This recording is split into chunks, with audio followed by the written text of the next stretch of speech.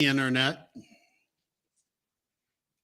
Hey, hello everybody. Get some people jumping in here. Give us a shout in the comments and let us know where you are. Got to remove a couple things here. Sorry about that. Let us know where you're at, who you are. Got Tyrone in Connecticut. First one in, Tyrone. Where are you, Adrian? Are you still out in Colorado? I am in Colorado. Colorado is the new unofficial official home, and I've been wording it that way because I'm staying here and I haven't done the official change address and everything move. But this is going to be the new home.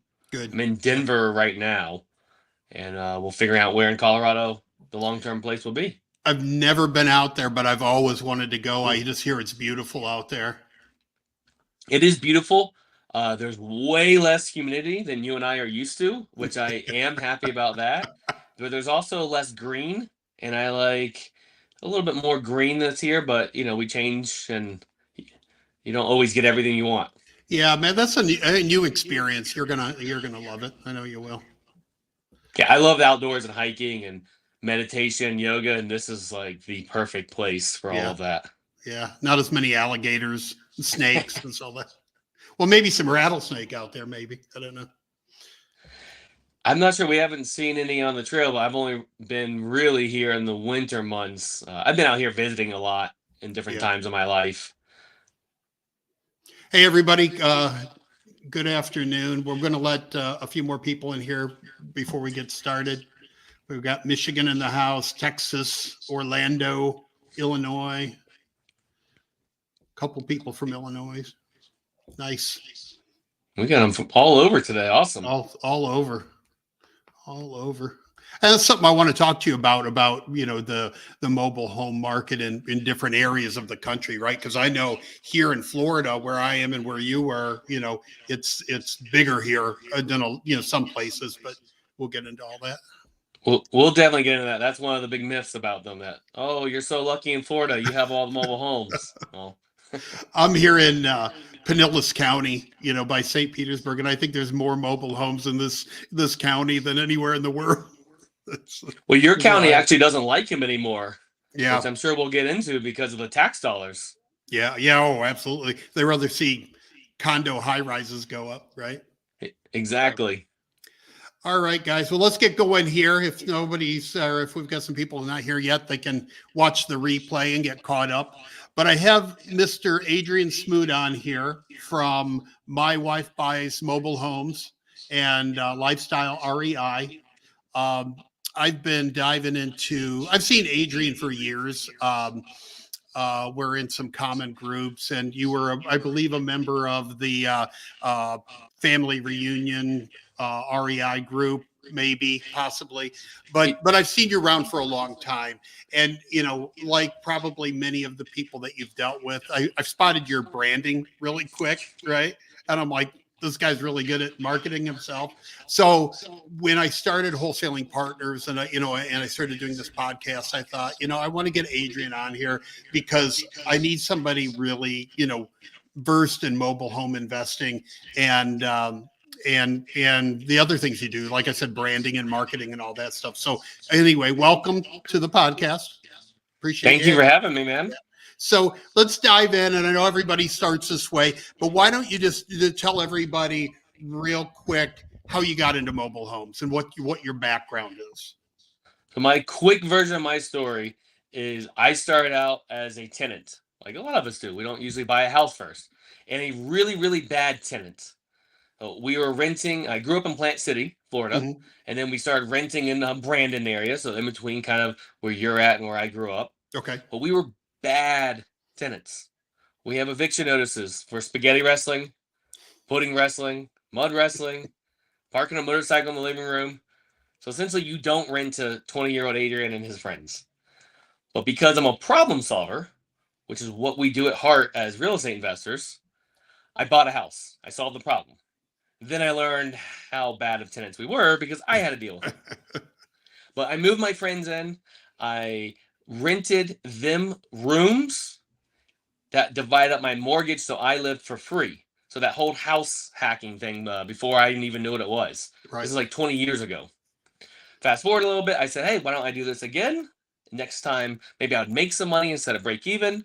The bank said, sure, you can do it again, but you'll lose a little bit every month. Don't worry, real estate goes straight up.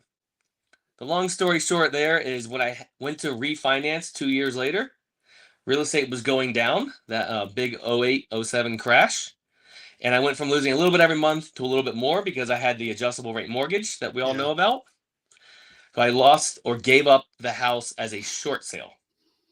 Okay. A few years later, I didn't give up. I got back in the business. I bought some more houses by the banks financing. And then I was like, we got to be at the top. I didn't have any real data. Like looking back, I don't even know what I was basing things on. But I had that short sale in the back of my head. And I was like, I can't have that happen again. It was a little bit of ego talking, which can be a good at times. But that's how I found the niche of mobile homes. Okay. Started talking to the seasoned investors at the RIA meetings, the ones that have been in the business so long, they don't need to do another deal, but they love the business. And they talked about mobile homes. Since then, I've transitioned my entire business to the single unit mobile homes with the land, not the parks, not the units within the parks, the single unit with the land. And a lot of the reason is because I love cash flow, predictable money that I can eat off of every single month. Yeah. That's the nice kind of game, right? That's it. Yeah. I know when I was, I picked up, when you were coming on, I picked up a copy of your book. Also got it on audiobooks because I like to listen and have a hard copy, but for anybody, right, looking for it. But I noticed that I thought we were similar in that way. I was a mess when I was a kid. When I was 20 years old, you didn't want to rent to me either. I was late on rent all the time, right? I was a mess. So I thought, man, Adrian and I have something in common there. But it's a good learning lesson, right? You were a bad tenant, I was a bad tenant, and you learn from that and you grow from that. And I think the important lesson there is you took action. Like you said, you're a problem solver and you took action and slipped into mobile homes. So tell us about once you got into it,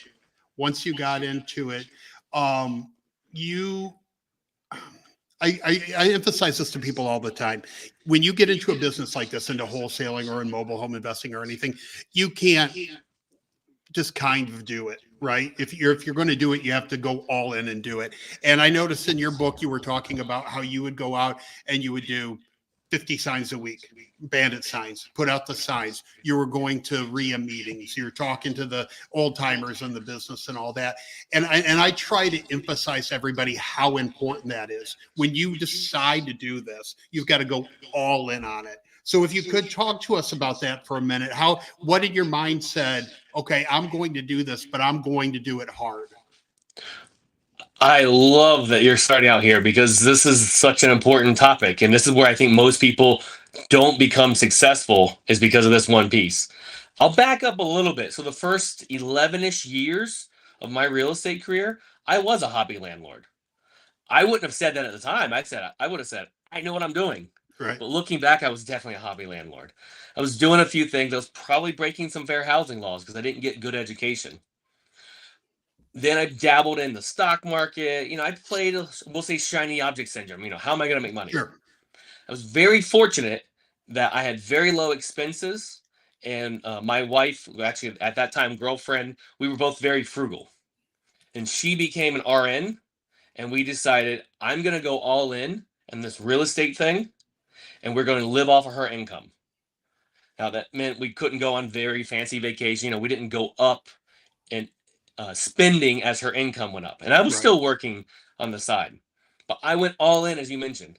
I was going to the RIA meetings, as you mentioned, 4 to 8 a week, every single week, within a 2-hour drive.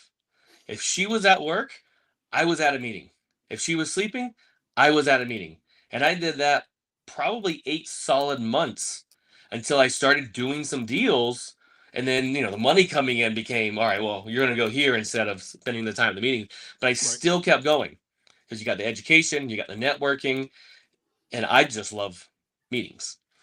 The signs that you mentioned, it was 50 a week, every single week. A lot of people love to take off the holidays. I didn't, because that means only my signs are out and not yours. Right. And it means code enforcement's probably not collecting. So I got a few more days of the signs out. The longest I went is 8 months without doing any deals, which got very tiring. Then I did one deal that paid for 3 years worth of signs. So it's That'll the do it. consistency. And I used to think that everyone kind of had the consistency until a friend pointed out, he's like, you're really consistent.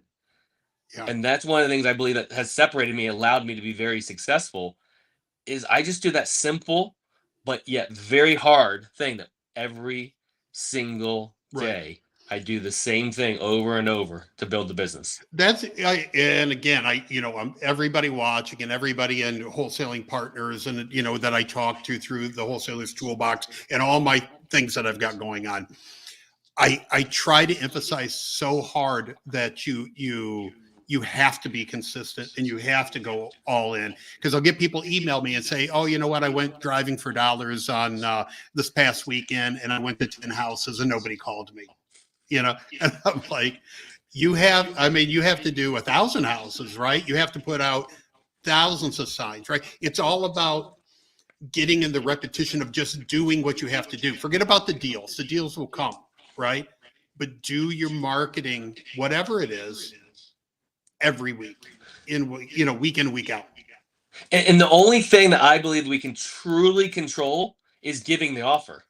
I cannot make you sell me the property. I can give you a different offer. I can keep changing it, but I cannot change your mind. But I can 100% control giving you the offer. So my job is to give offers. I can control that. And if I set a goal for offers, then I can be 100% on my goals. If I set my goal as I'm going to buy 10 homes, that's hard to control. Yes, we can back in the numbers and say, all right, it's going to take X amount of offers to buy properties. But I like something easier. I can set so many offers. And if I do that, I know in the very big picture, it's going to average out that I'm going to buy X number of properties. So every time I get a no, all right, cool. I'm no closer to my yes. Yeah. It's crazy. And I'm not going to go on into like all my different careers and the backstories, but when I started in sales, when in my early 20s, I sold forklifts for a living. And I knew, because I knew the numbers, I knew if I did so many calls and so many quotes, it would equal so much in sales for the year, right? It might not come from this business or that business, but it will come. And so the law of averages are 100% real, right? If you figure out, okay, this is my path and this is what I'm going to do, I have to do 50 signs a week. I have to go to 8 real estate meetings a week and just keep doing it. The success is going to come, right? You went a while and didn't do a deal, but now look at you, right? Now you've got this mobile home empire built, right? From that consistency.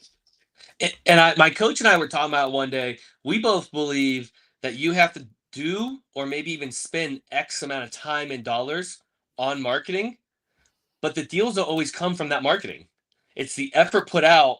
And a lot of times my deals come from a different direction. Right. So it's just the effort. There's some like energy thing out there. You put effort out and they come, may not be in that same form. And it happens to both of us very often. Maybe the law of attraction.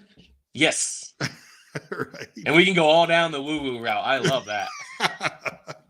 Hey, why we're talking about consistency and the marketing and all that stuff, let's talk about for a minute. We were talking before you hopped on here today.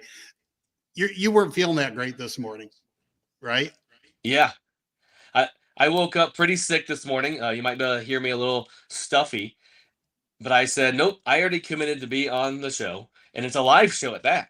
Yeah. So I've got to get myself ready. This is no different than going to a seller appointment. If I were to say, nope, I can't make it to a seller appointment, then they're just going to call you. They're going to call the next person, and I'm going to lose out on it. I did what I needed to do. I took another nap. I had more caffeine than I normally have because I needed to bring a little bit more energy, and I did those things. Now, after the show, I might have a little bit of a crash for it, but I have the time allowed. Right. And I can shift it around. That's one of the beautiful things about being an entrepreneur is we can shift our days and weeks. Yes, I have some blocks in like this. Mhm. I have to be there. But then we have other time that maybe I'm just not going to get the desk work done today that I had planned. But doing those hard things, I'm a very big David Goggins fan. Mhm. And that's always in my head. I even was listening to Andrew Huberman. He's like a neuroscience and everything. He was talking about when we do hard things that we don't want to do, it grows a certain part of our brain. It doesn't necessarily get easier, but we get better at doing hard things. And I think that's one reason today was easier than it would have been 5 years ago to get up and say, I'm getting on this show regardless. And before that, I did my Miracle Morning. That's one of my must-do things. It's a Hal Elrod Miracle Morning to get me in the right mindset and the right energy to be on here. And I do that every day. So then when the hard days like today come, it's just that little bit easier. So we've got you at your worst, is what you're saying. If this is your worst, you're doing all right. Yeah, it really is. I mean, I've already taken 2 naps today. So you mentioned a couple books. I was watching another podcast with you, and you were talking about a book that you were currently reading, I think about a month ago, Feel the Fear and Do It Anyway. Yes. Right? Kind of goes into that, right? There's some things in life, and especially people getting into this business, and I talk to people about that a lot. They're scared to start. They're scared to take action, right? But like that title of the book, and I didn't read the book, so I'm just assuming what the message is in the book. But you have to do it anyway, right? You're scared, Exactly.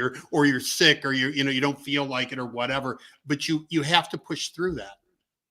Yeah, and I don't even remember the Susan something is the author. It's from the 80s, and it feels like brand new science. This stuff isn't new. We're just starting to understand the actual science and what's happening in our body behind the scenes. Right. I look at it as that consistency. We can all do it when it's easy. My time to actually get a little bit of edge against the rest of, I don't think of people as competition, but my edge is to do it when it's really difficult. That's when most people are going to stop. And when it gets extremely difficult, that's even if I do it halfway, I just do something. It keeps the habit for me, but then it gives me that edge to break away from the regular crowd. Yeah, so many people try to break into real estate, and that's the difference, right? It's pushing through when other people quit, right? Because somebody else, they might put out bandit signs once and go, "This sucks. I'm not going to do this anymore," right? You're nailing up that first one, and you're like, "Is everybody driving by looking at me? Are they are they going to scream obscenities at me when I put up the sign, or when you make your first cold call or whatever? You're like, this is rough." But the successful people push through that, right? They push through. Let's talk about that for a minute. About after you push through, right? And you start getting response to your marketing and your calls and all that stuff. For a wholesaler, because that's my biggest audiences, what are the opportunities out there for mobile home investing? I know you do a lot of buy and hold, right? But what about wholesaling? Does it have to be on its own land? Can you wholesale in a park? I mean, give us the lowdown on, if I'm a wholesaler, what kind of opportunities does mobile home investing open up to me? I think there's the most opportunity in the mobile home space right now for wholesalers than ever, because it's still a very hidden niche. My first experience with mobile homes was actually I wholesaled it. Actually, I'll back up. My very first experience is I bird dogged it for $0. And I saw that he made $18,000 in 2 weeks. And that was like, putting a little dagger in my back. And you're like, I didn't play that one right. Well, it gets worse because he had a podcast and I listened to him tell the story about it for 4 episodes in a row. And it was like he just kept wiggling the dagger around. But he did ask me, do you want anything for this? And I kept telling Gavin no. Mm-hmm. I'm like, no, you've given me a lot of CMAs. He helped me a lot. And I didn't see the value there. And then I watched what he did, and he made about 18K. I was like, I missed something. So that really woke me up. There's a lot of money in wholesaling. Now, you have to find the right buyers. There's definitely not as many buyers. There's becoming more. And you have to find the right ones and then learn the numbers. They're a little different. Overall, I would say it's about 80% the same as, we'll say, your traditional real estate, your site-built homes. Mm-hmm. But we traditionally pay less. I mean, we have a hurricane missile, a tornado missile. We have something that is not always as strong. I'll split up mobile homes kind of in two categories, and that's the 1960s, 1970s, and then the 1990s and newer. The 80s are just kind of going to be a middle ground. The 60s and 70s, there's almost no appraisal value. There's value to me is cash flow coming in. Right.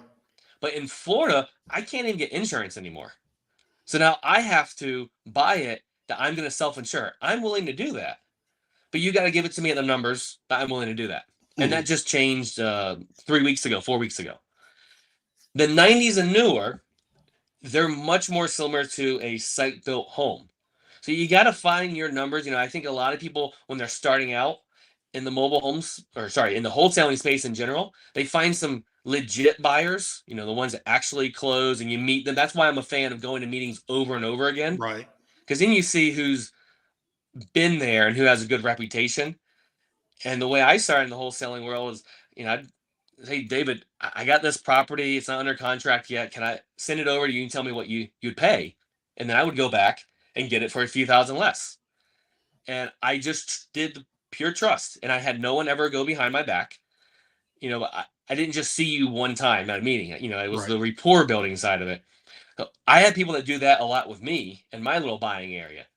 So you got to find the people that are buying them, but you can wholesale them. Now, that's all mainly the home and land together. That's a real estate transaction. Mm-hmm. You're going to put down the legal description, and most likely at the very end of that, it's going to say together with 1972 single wide VIN, and it has that.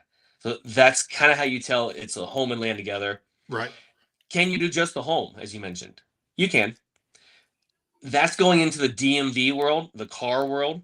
There are a few states like California that create a whole nother arm of the government to go over just mobile homes. But most of the country, it's DMV. So you're just trading the title for money. The contract works a little different there. The way I've always done those is a trust factor. I got the contract with you, and then the way I've always done is actually I went and closed at the DMV. So I purchased it and then resold it versus just, we'll say, assigning the contract. Mm-hmm. You have to be a car dealer if you're going to get into that world a little bit. And I'm not a big wholesaler. I'm, like you said, I'm a buy and hold. And part of it is wholesaling was very difficult for me. I don't really know exactly why. Everyone has their different skill set. Sure. Yeah. It's just not mine. Yeah. All right. So on a mobile home on its own land, because I'm going to assume that banks aren't real fond about doing a 1970 mobile home on an acre of land loan, right? So for a wholesaler going out looking for deals and finding something like that can assign, what are the opportunities there of when you find that property, just saying, hey, tell you what, here's a cash offer, or I'll give you full price or maybe a little bit more than you want, and you just finance it for me, right? And then you hold that deal yourself, right? How many opportunities do you run across that look like that? You are 100% right. And I've never had anyone that has a 1960s, 1970s mobile home, when I have that exact scenario that you just described, say, well, why don't you just go to a bank? Because they know that the banks won't finance them. Right. I don't get that excuse. I used to get that excuse all the time. Or why don't you just go to a bank? And they were right for the last, decade and a half, that the banks were a better option. But now they're not. But for this whole time, the mobile homes in the 60s and 70s, people will accept payments on it. Yeah. So I don't use the word financing. I like payments. Payment. Right. Because it sounds simple And also it doesn't imply interest. And I like to start the negotiating at 0 and have you work me up. We've done a lot of deals that way. Like you said, whatever you're asking, yeah, David, I could do that if it's on payments. I saw I went to see a real estate coach or a wholesaling coach. I don't remember what she was, but it was years ago, 10 years ago. And she brought up that when she made an offer on a property, because she would be wholesaling, but she'd say, hey, I'll give you full price on your, what you're asking if you take whatever the number was, of the property divided by 100 payments. Do you do that strategy? I mean, like she would do it where there was no interest, but she would just say, take whatever the cost, 20 grand divided into 100 payments of $200 or whatever. So I do like to, before I go, have some type of number of a monthly payment that I can make money with. So as a buy and hold investor, I got to make sure that I can really make money. I have that number, and then I'll have a rough number of how much I can put down. And those are the two numbers I care about the most as a cash flow investor. And I will give the offer. I never talk about how long. And once you come back at me, well, how long is this going to be for? Well, I'm really open to that. If you allow me to make a safe monthly payment that really helps me in my business, because I don't want to ever default for my business, but I don't ever want to default because of you. I don't. And when we come with that, I haven't found that people are really big on how long. I've actually, unfortunately, had a few owner finance deals. Recently, I found out the seller has passed away. And so it lasted longer than them, but their heirs got it. Right. So their heirs have been getting the payments. And sometimes people want that. They want their heirs to get the payments. There's all different reasons that people sell. Peter Fortunato teaches that when we really find out the why, we can solve the real problem, not just give them a big cash number. Yeah, some people just don't want the headache anymore, right? It's not about the money. I've had wholesale deals where people bring considerable money to closing just to get out of it. I've had a guy that borrowed money from his 401k just to get out of it because he had a bad tenant, and he's like, I just don't want to deal with it anymore. What do you give me? And I'm, I gave him a number, and it was short of what he owed on the property. So he's like, just take my money. So you never know. Yeah, I haven't had that one yet, but I'll tell you, because have a lot of wholesalers listening. Wholesalers love to say cash, and they love to say fast closing. I removed those two from my marketing maybe 8 years ago because I actually don't want to pay cash. I'd much rather do some type of owner financing. Right. And I took away the fast closing. I say at your convenience or on your schedule, because I have found most of the people I have bought from, they actually needed to close slow. And I even talked to people that were scared because the wholesaler that came before me said, well, we'll close and you'll be out by the end of the week. Well, that was scary for her. Yeah. She needed time. She actually needed to stay 2 weeks after closing because a lot of people don't have the money to do the physical move until they get the check from the title company. And I'm comfortable letting them stay. We hold back, the title company holds back some money, but it's more at your convenience. What do you need? And we'll build the deal that way. Right. I believe your marketing still says like any condition, any situation. Yep. But you just drop the cash and fast and all that stuff. Yeah. And on that, most wholesalers always think that, if you don't pay all the closing costs, because we don't offer to pay closing costs either, but I will if you negotiate in. It's an item that I let you negotiate in. But a lot of the sellers, they don't know what title company they want to use. So there's a lot of times we'll split the normal closing costs, and they're like, well, where do we close? Well, I've got the ladies out in this title company that have always done it. They take great care. They're third party. They're there to protect you and me, and they understand mobile homes. Yeah. Well, of course they want to go and close there then. Yeah. Yeah. Have all your pros lined up, right, for situations like that. All right. So I'm a wholesaler. I'm going to start doing this when I make offers, I'll give them a cash offer. If I want to have properties to, in my portfolio, maybe I'll give them a owner finance or a payments offer. But what happens when I need to walk through this property and inspect it? I mean, like, how do you learn that? Because it's going to be different than a regular single family property on a foundation, right? How do you get that skill? By just doing it. Honestly, that's how I've learned almost everything. You just start doing it. Now, obviously, you get some education, but you can get all the education in the world, and it won't compare to actually going there and feeling the subfloors and tapping on the windowsills and seeing how the older ones, the walls are much, much thinner. You can read that all day, but until you see it and you hear that you can hear straight through the walls on a 1960s, you don't understand it. That's how I've done it. I go there and I look at that sometimes as a practice. I've bought mobile homes when really my goal was to go there and investigate something I learned or to practice something I learned in class. And then they said yes. I was like, oh, cool. I really only came here to see this one thing that I learned about. Right. I think we get so fixated on having to close the deal. Getting inside of a mobile home, having a conversation with the seller, they'll teach you a lot of things.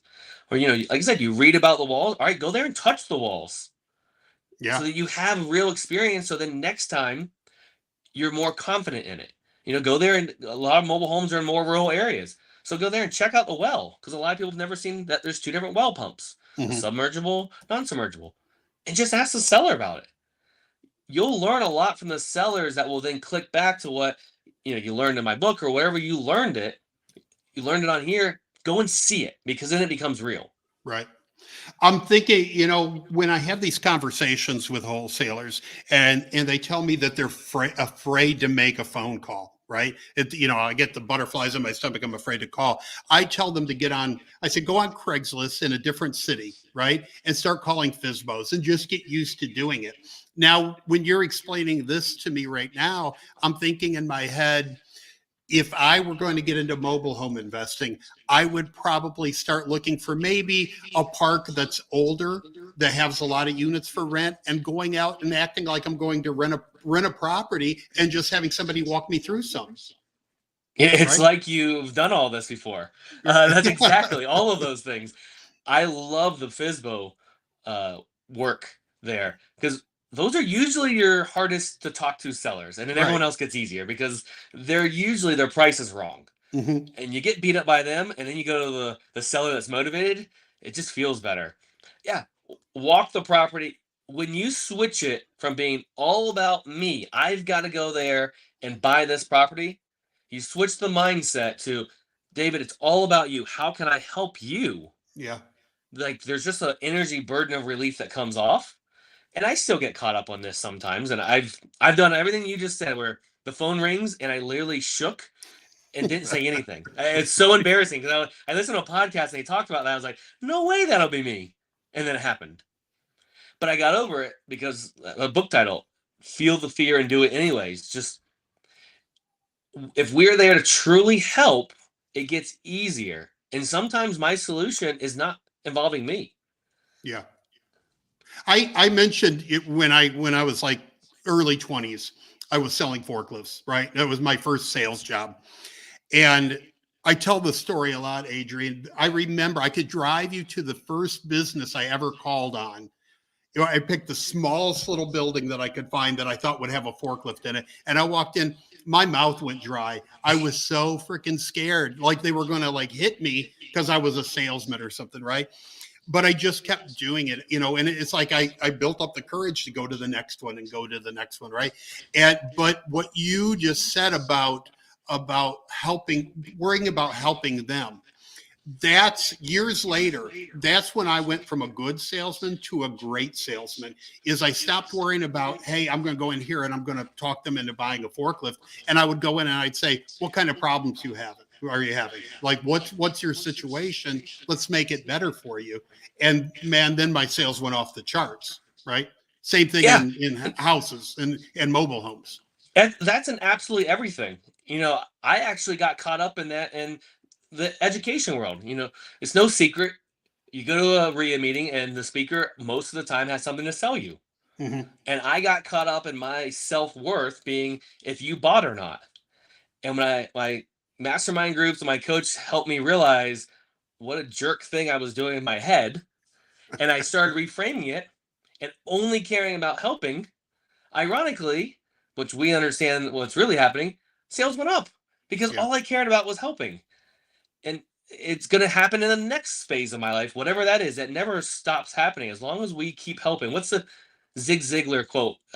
If you help enough people get what they want, you'll get what you want. Yeah. However, I'm sure I butchered it a little bit.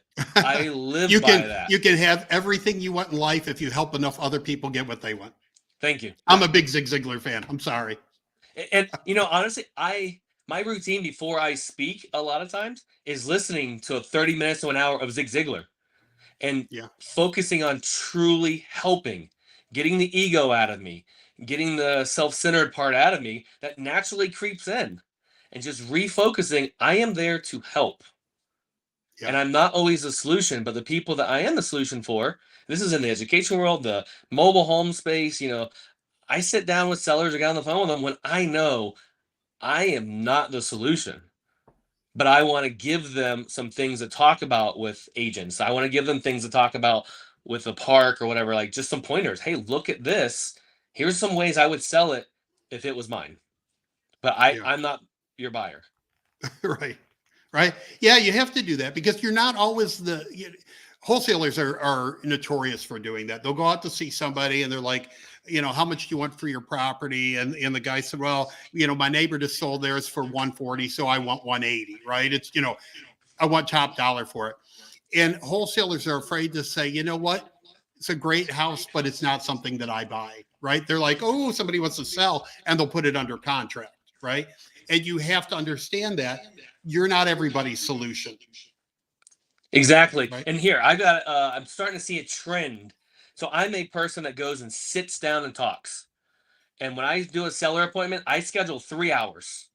And sometimes I actually hit that and go over because we are going to talk about anything and everything. And I'm going to make you bring up me buying your property. I'm going to look at the pictures that you have behind you. And I love to travel. So I'm probably going to see something about travel there. And I'm going to ask you about that trip.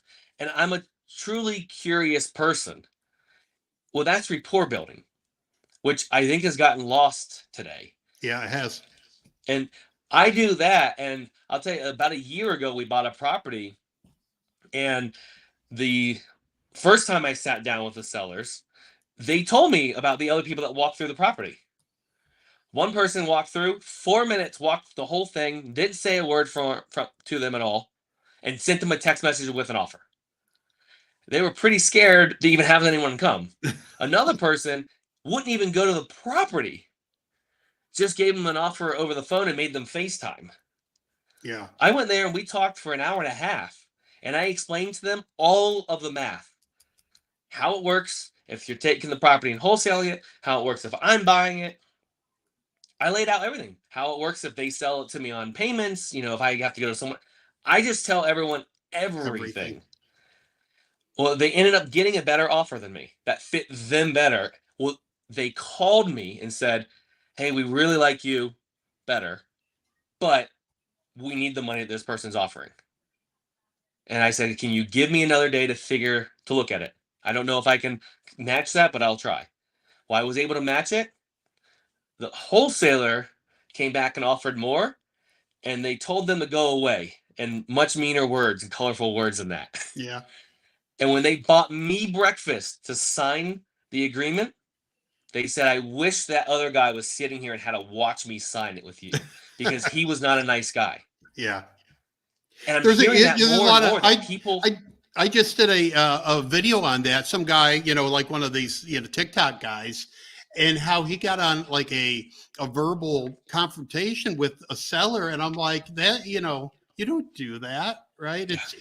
But people, they don't know how to build rapport or relationships. I was thinking about it yesterday. So many people are trying to do deals via text because they're scared to go out and meet somebody and have those conversations. So anybody watching this, if you have problems like that, go buy the book, How to Win Friends and Influence People by Dale Carnegie, right? And learn how to have human interaction and how to care about somebody and what they're trying to accomplish. I think you'll have much less competition by doing what you just said. The text message and the non-building rapport, it will work, but it is a pure numbers game. That's why people are now having to send tens of thousands, hundreds of thousands of texts to Yeah. even get one conversation, and then hundreds of those to get a close. It will work, but you have tons of people doing it. There's not a lot of people today, unfortunately, that are willing to go spend 3 hours to help someone out that might not make you any money. Right.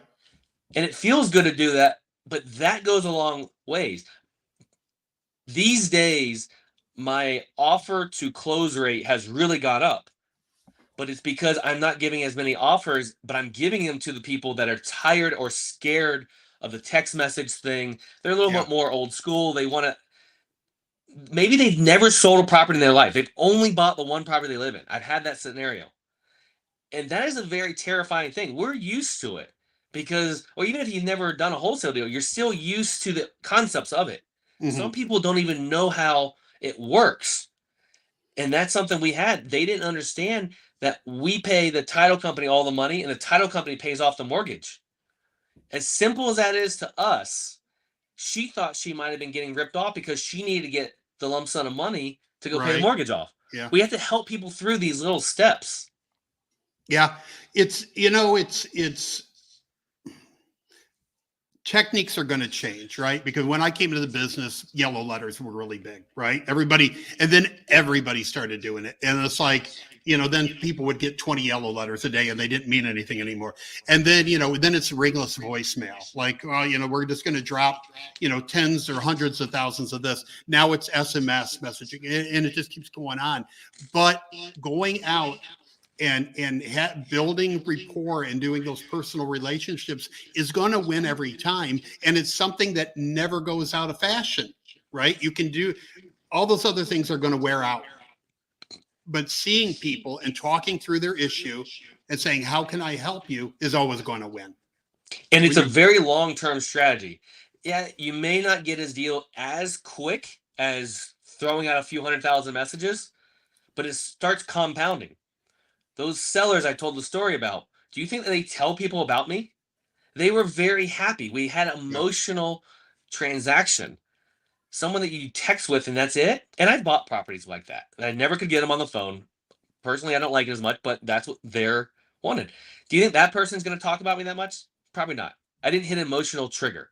Right. The people I mentioned that they wanted the other person to watch have to sign it. They moved to South Carolina, and he said, anytime you're driving through, you stop by for barbecue. He was a competition barbecue cooker at a while. And I love barbecue. So we had that conversation. They're going to keep telling people. And now that's why today my business is all networking. I don't pay for advertisement dollars. I buy some shirts for people. I buy some marketing that I like to sponsor charities that I believe in. My logo goes up there. I don't know if I'll ever buy anything because of that. Most of it is because I am out there helping people over and over and over again. And the goodwill, the paying it forward, the karma, whatever you want to call it, they then tell people, hey, this is a good guy. Yeah.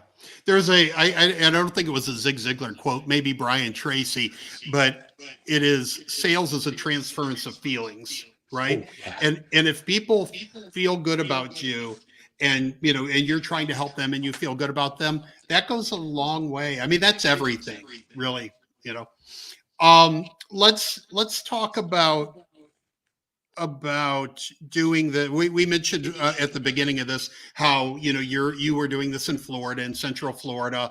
There's a lot of mobile homes here in Tampa Bay, but let's talk about people that are in the rest of the country in different markets. And I know you travel a lot and on the real estate circuit and go around and see different people, but what's the atmosphere like for mobile home investing nationwide? So people very often tell me, Adrian, you're so lucky you have all the mobile homes in Florida. Well, it's not true. Texas actually has more than us. That's because they're physically larger. Yes, we have a lot in Florida, but they are in all the states. They've been in the Alaska, I think it's since the 50s. So if they have them in Alaska, they have them everywhere else.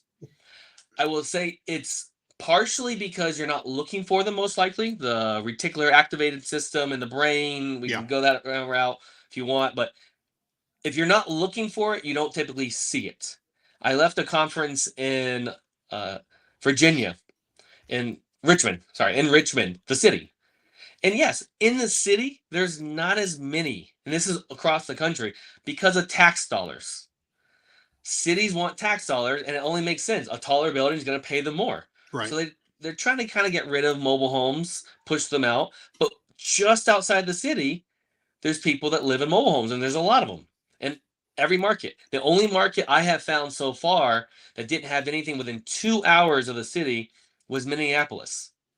There was nothing within 2 hours that was a mobile home that we're probably going to buy and rent. There were some big farms that had them. But Right. we're not going to buy, one on 100 acres. That's not business. We're probably going to wholesale that in. So look a little bit outside. There's a lot of people that want to live on a half acre, 2 acres of land, and that's for fix and flip. The fix and flip prices have been going up the last year or so because people buy payments, right? No matter investors, homeowners, we buy payments. Well, with interest rates going up, people can't afford homes anymore, right? Before, there's a good amount of people that were like, I don't really want a mobile home, but they're like in the middle. Well, now they can't afford the payment on the concrete or the wood frame home, but they still want an acre of land. They value the acre of land. They want the fence. They want to have their animals. They want their privacy. We saw a lot of that with COVID. Yeah. Well, that caused the prices of the mobile homes to go up just because of the simple supply and demand. So I was going to bring that up. Housing affordability is rough, right, for a lot of people. So from a investor standpoint or a wholesaler standpoint, I mean, it's silly not to look at mobile homes because I'm sure, and I haven't been in the business, but I'm sure the activity is up on them because of affordability. Because people are like, we when we moved back down to Florida from Michigan, we came back, we went to an apartment. The apartment was costing me $2,500 a month for an apartment, for a 2-bedroom apartment. We just rented a house here that's $3,000 a month for a house. It's outrageous for a house rental, right? So people are like, we're lucky because we can afford it, right? I do this, and my wife, she works for the schools. But somebody that's working at a restaurant, to pay a $3,000 a month house payment, the utilities and all that, they're going to start looking at other options, right? Yeah, and I love the recession resistant, what I call the affordable housing, the workforce housing, right now more than ever, because I believe we're either in the recession, we'll find out in 6 months, a year if we're in a recession, the government will give us a new definition of the recession, something along those lines. I believe we're closer to a recession than we've ever been in the last 15 years. If that's my belief, then prices are going to have to come down because when we're in a recession, 2 household income, one of them loses their job. What do? They have to come down a rent level. That continues happening until the affordable housing space. We get more demand and we're not making much more supply. So in theory, we could actually raise our prices there. I'm not counting on that. I'm counting on the fact I will have a larger applicant pool to get the very best person in my property so that I have someone in there that can pay rent, so I never go without paying my bills again. Remember that short sale I talked about? Mm-hmm. That was a huge ding to my ego, my credit, my integrity. I'm never letting that happen again. So I am very heavy in the affordable housing numbers. That's going to change all over the country. Yeah. We did just buy a property that we have it for rent, and I think we have an application right now at $1,850 a month. In the Plant City area, that's above the affordable housing rent number. I ran my math at it only being rented at $1,500 a month because I believe very conservatively, I may have to drop it to that during a recession. And if I don't have the numbers set there that I can still make money, that's not a safe business. People laugh at me because I say I'm very conservative and I'm in the mobile home space. My spreadsheet is very conservative because I don't want to ever compromise my integrity again. That extra $350 a month, that's extra money. Yeah. But I want to be able to get by on the bare minimum number, and that $1,500 is the upper range of the affordable housing space. It's crazy how a foreclosure or an eviction or something years ago can affect your mindset. When I was in the mortgage business, when the housing collapse happened, right?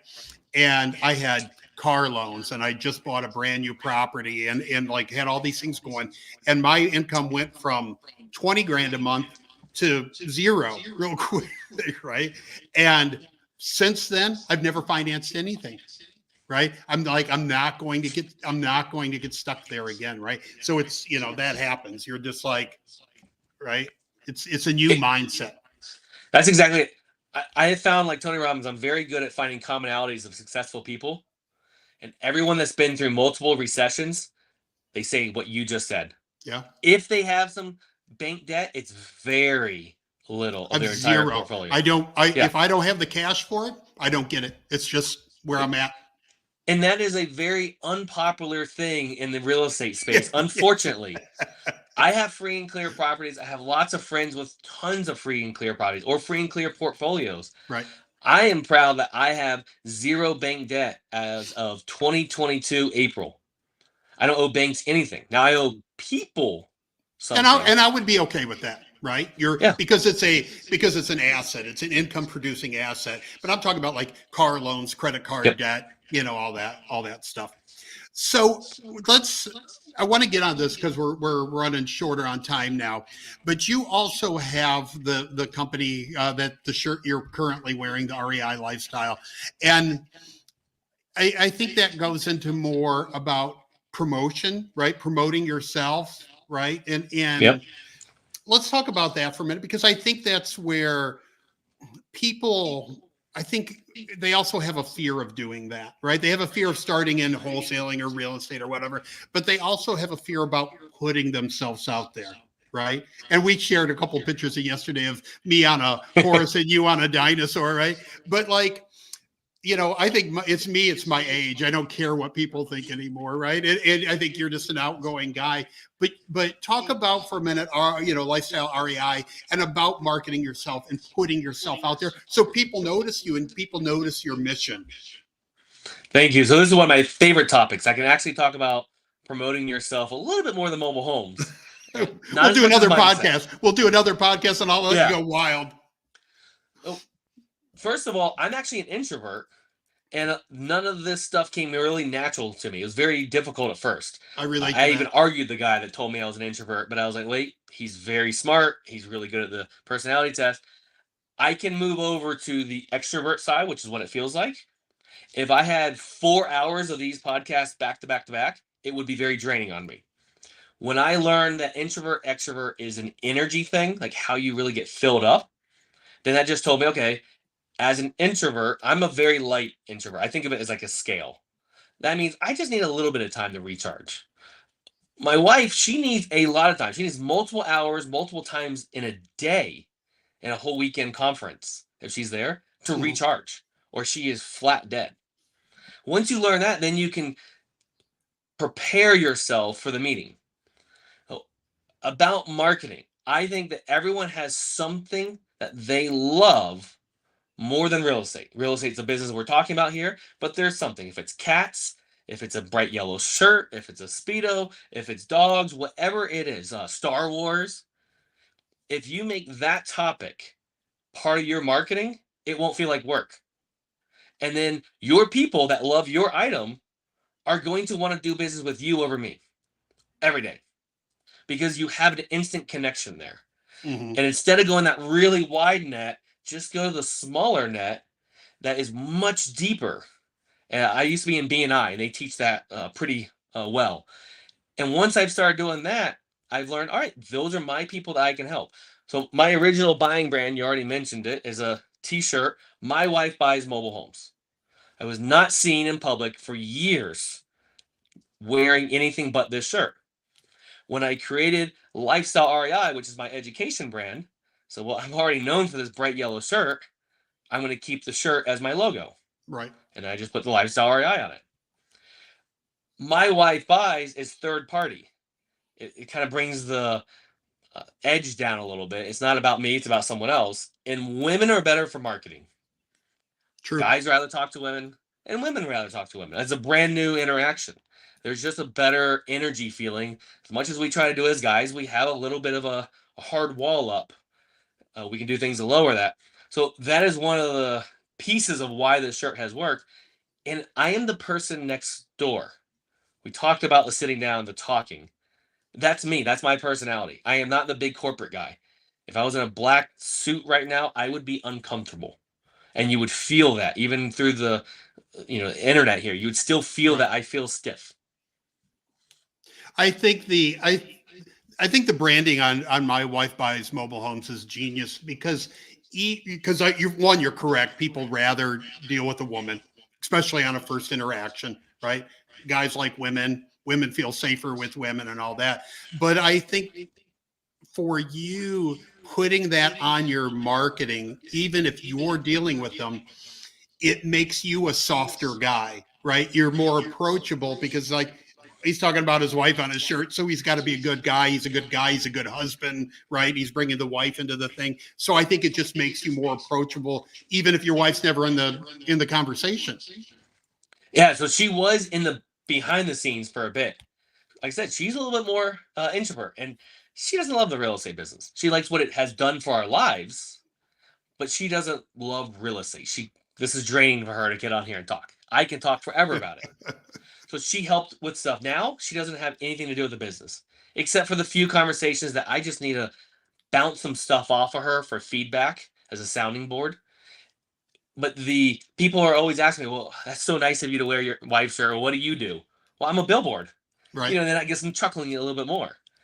She is in the business and the fact of the bank account. She enjoys that. If she had nothing to do ever with the business, I wouldn't be able to wear that shirt because it would be out of integrity. Right. And it's an icebreaker shirt.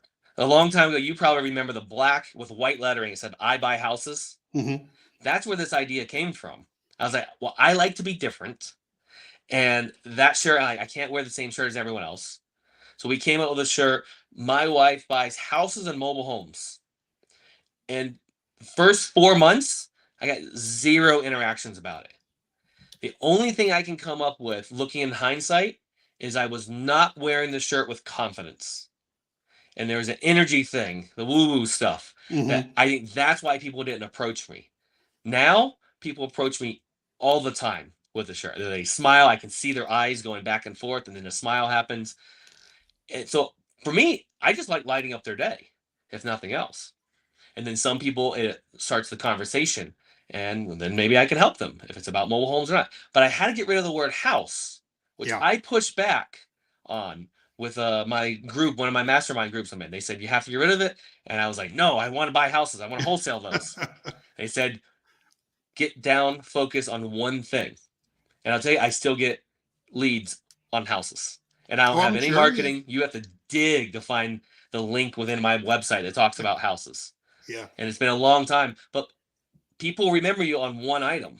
A lady I'm actually looking to help now, we've been texting for about a year. She hasn't been ready to sell yet. She said, if I remember right, you really deal with mobile homes. I said, yeah, that's true, but I might be able to help you with a house. It may not be for me. I might be able to connect you with the right person. I'd love to just sit down and see what the information I can give you. Yeah. I have to imagine just your personality and your willingness to help people, and you talked about doing some charity stuff. I have to imagine that half the people that you've done business with have a picture of you on their wall. Right. That feels like a little weird hearing that, but maybe, we send handwritten thank you cards out. Anyone I like to do business with, I try to do that. I don't do as much as I would love because no one does that. And it's a very, my mom just taught me to do that. Well, still today, after Christmas, she'll send me the text. Don't forget to send your thank you cards out. This year we didn't do a thank you card. It means something, right? Nobody does that anymore. Nobody mails. That goes so far.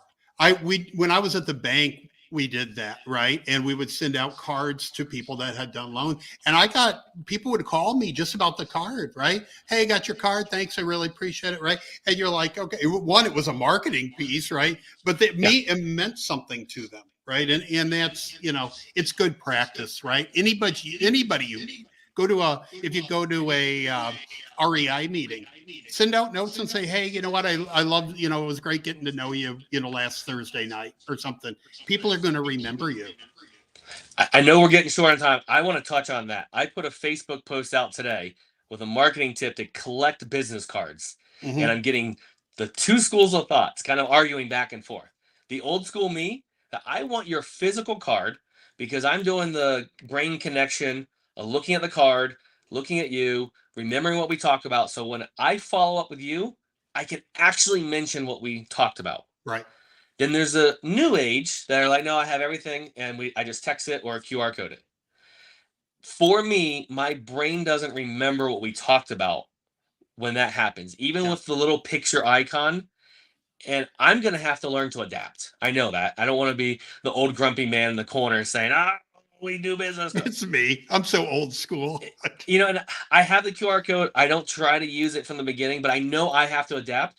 It's a struggle because I want to do what you just said. I want to follow up and truly show you that I know what we talked about. Well, I'm going to tell you that I'll tell you the downside of digital, because I know everybody's, digital business card and the link in bio thing and all that. But the downfall of it, like people will be like, oh, here, zap my phone and I'll zap my contact into your phone. But the problem is then they never see it and they forget about you. Yes. Right. So even if you're doing that with people, even if you're doing a digital business card and you're like, here you are, here's my contact information, all that, send this person a note with a business card that they're going to lay on their desk and they're going to be like, oh, I've got Adrian's card right here, staring me in the face. Right. You have to do it. Technology is great, but it never, like I said about the yellow letters and everything, it never replaces human interaction and building relationships, right? My relationship isn't in here.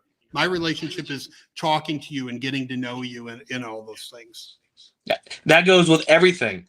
I want people to buy the physical book and not the Kindle. And I started raising the price to drop sales on Kindle because how are you ever going to remember me randomly? You see this yellow book, you might remember me in a few months. You're like, oh yeah, there's that bright yellow book. Yeah. Audio is similar because you heard me. Because I read it. I didn't hire anyone else. So you'll remember my voice because you listened to it for 3 hours. I want you to remember that. And it sparks something once away. The Kindle, maybe I'm limiting my mindset. I don't believe you're going to remember me in the future from the black and white of the Kindle. Yeah. Amazon loves me because I always buy both. I buy the audio and then the physical copy, which I read. Often I'll read it while the audio is playing, right? And I'll go through it, and then it will go right back here. So I always remember it, right? So, but I would love feedback on that. You're going to get it. You're going to because so something I learned here. Back up. I was slow learning disability. SLD is what they've called me through all of school. Basically, I have a learning disability, and they just throw me in a corner. And then while I was writing my book, I learned I'm dyslexic. So a kind of inspirational thing, like dyslexic guy can write a book, and it's like dyslexic guy can go out and buy mobile homes. So can you. Right. The reason I really brought it up is when I read my book, that was the most difficult speaking engagement I've ever had in my life because there are grammar errors in my book. And I purposely left them there because when I got over the fear of me having bad grammar out there, it still happens today. Often Facebook, I put something, someone tells me to correct it. I used to be destroyed for a day plus because that's my weak area and, just emotionally destroyed. Now, well, guess you don't have to know how to spell to buy mobile homes. And I wanted it to be acceptable to not be perfect. Yeah. And I got caught up in that mindset and everything's got to be perfect. I'm a recovering perfectionist. So reading a book that has grammar errors, and they're not huge ones, I don't think. They're smaller ones, but it was still very difficult because you go to read it the way it's meant, and you have to read it the way it's in the book for Amazon Audible to take it. Something behind the scenes. It was very difficult. Yeah. If it wasn't for Grammarly, I wouldn't be allowed in the business world. Right? Yep. I couldn't start to write a book without AI help or something like that. I often talk about my story, about how I was scared. I was an introvert as a kid, horrible, right? Like if somebody came over and I was in my pajamas, I'd run and hide, right? Because I didn't want them to see me in my pajamas at 6 years old or 5 years old or whatever. But even getting into sales and things like that, I mean, I had a lot of friends as a young kid, but when I had to if I had to public speak or walk in and do a cold call, I was horrible. And if I can make it in real estate and now on YouTube and all these things, anybody can, because I was so bad. And I think we're the same in that. And you're trying to spread that message as well. Wherever you are right now with your, how you were in school, if you were a dropout, if you're an introvert, you can do this, right? You're going to be scared, but push through it. And you can do this. It's just like I can, just like you can, anybody. And I want to speak real quick to bring the introvert extrovert thing to a next level. Introverts are traditionally better networkers. Now they're going to talk to way less people, but it's going to be a much deeper conversation. The extroverts have a little bit of a challenge because they can go and talk to lots of people, but we've all seen the person in the meeting that just goes around and gives 30 people their business card and there's no conversation. So the extroverts kind of have that challenge. They have to slow down, which can be uncomfortable for them because if not, they scare away the introverts in the room. That makes sense because they're very high energy. Yeah. They're talking real fast and then they're on to the next person or the next topic, right? They don't slow down and have a deep conversation. I can see that. That makes a lot of sense. Yes, we just have to learn how to network with the different personality types. And it can still be challenging for me because I get high energy in the room and I can even have trouble coming down because I just get truly excited about the topic. And I'll start talking over people like, oh, no, stop. Slow down, Adrian. Slow down. You're not supposed to talk over them.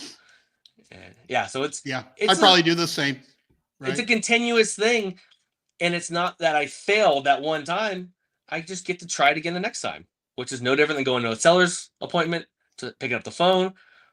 What do we do? All right, let's just improve it. There is no end goal. Like we keep moving this goal line. We just get a little bit better every single time. It's feedback.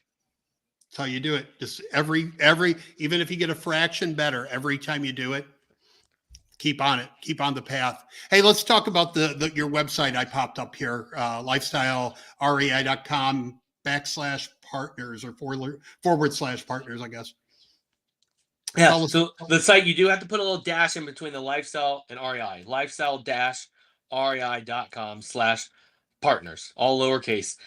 On there, I have 14 myths debunked about mobile homes. We covered some of them. We actually didn't cover the big, scary, hairy one of trailer trash because there's someone for sure thinking about that. Right. I create a little PDF to help upgrade your mindset. That doesn't mean you have to start investing in mobile homes, but I don't want you to leave money on the table like I did with that $18,000 when I could have wholesaled it. At least understand them enough to know, all right, there's money here. And the fact that you can help that seller out.